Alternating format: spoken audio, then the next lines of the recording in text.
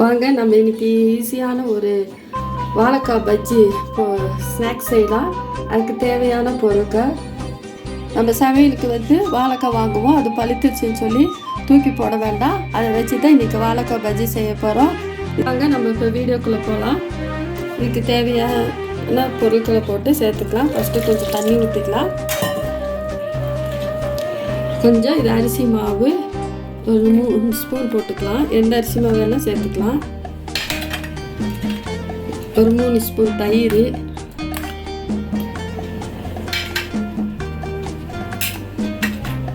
கொஞ்சம் ஓமம். இது ஓமை எடுத்து நல்ல கையில் இப்படி நசுக்கி இப்படி கொஞ்சம் போட்டுக்கலாம்.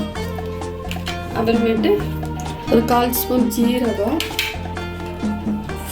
ஜீரகத்துக்கு அப்புறம் கொஞ்சம் சோம்பு, அப்புறம் 1 ஸ்பூன் மிளகாய்த்தூள், கொஞ்சம் பெருங்காயத்தூள். நமக்கு எவ்வளோ தேவையோ அவ்வளோ பெருங்காயத்தூள் போட்டுக்கலாம். அப்புறமேட்டு இது மிளகா, ஒரு 3 பச்சை மிளகாய், கொஞ்சம் ஒரு 2-3 தலை புதினா, 2-3 தலை கொத்தமல்லி, 2-3 தலை கருவேப்பிலை. இது மிக்சியில் 2 நிமிஷம் சுற்றிட்டு வந்துடலாம். பாருங்கள், இந்த அளவுக்கு குறைப்பாக அரைச்சிக்கலாம். அதை இதில் போட்டுக்கலாம். கொஞ்சம் 1 ஸ்பூன் இஞ்சி பூண்டு பேஸ்ட்டு, தேவைக்கு அளவு உப்பு,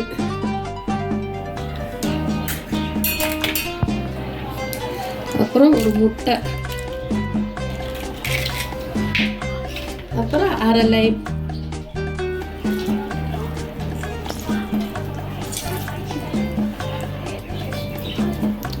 இதை நல்லா மிக்ஸ் பண்ணிக்கலாம்.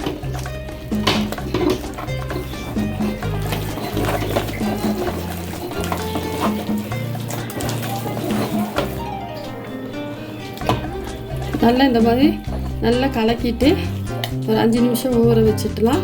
அதுக்குள்ளே வாழைக்காய் அந்த பழத்தை கட் பண்ணிக்கலாம். நல்லா கை வச்சு நல்லா கலக்கிடுங்க. ஃபஸ்ட்டு வாழைக்காய் எடுத்துக்கலாம். இந்த மாதிரி அறுத்துட்டு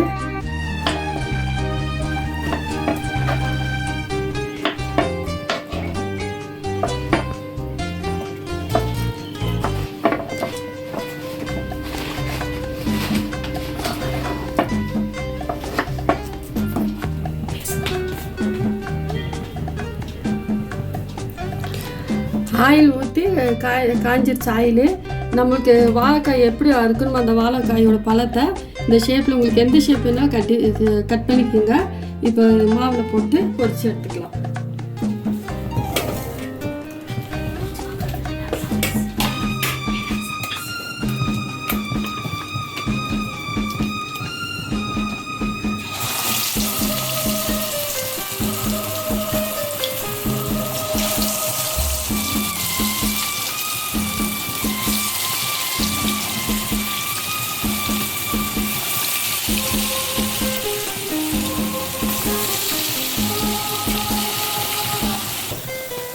பாருங்க, நல்லா ப்ரௌனிஸாக சூப்பராக வந்திருக்கு. இந்த அளவானது எடுத்துருங்க.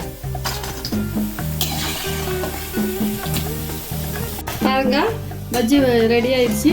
மீதி இருந்த மாவில் வெள்ளாரி கீரையை போட்டு அந்த ஒரு பஜ்ஜி சுட்டுருக்கோம். குழந்தைங்களுக்கெல்லாம் நல்லது. நீங்களும் அப்படியே செஞ்சு பாருங்கள்.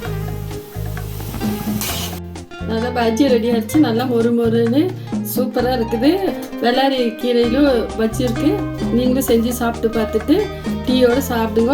குளிருக்கு நல்லா சூடாக இருக்கும், சூப்பராக இருக்கும்.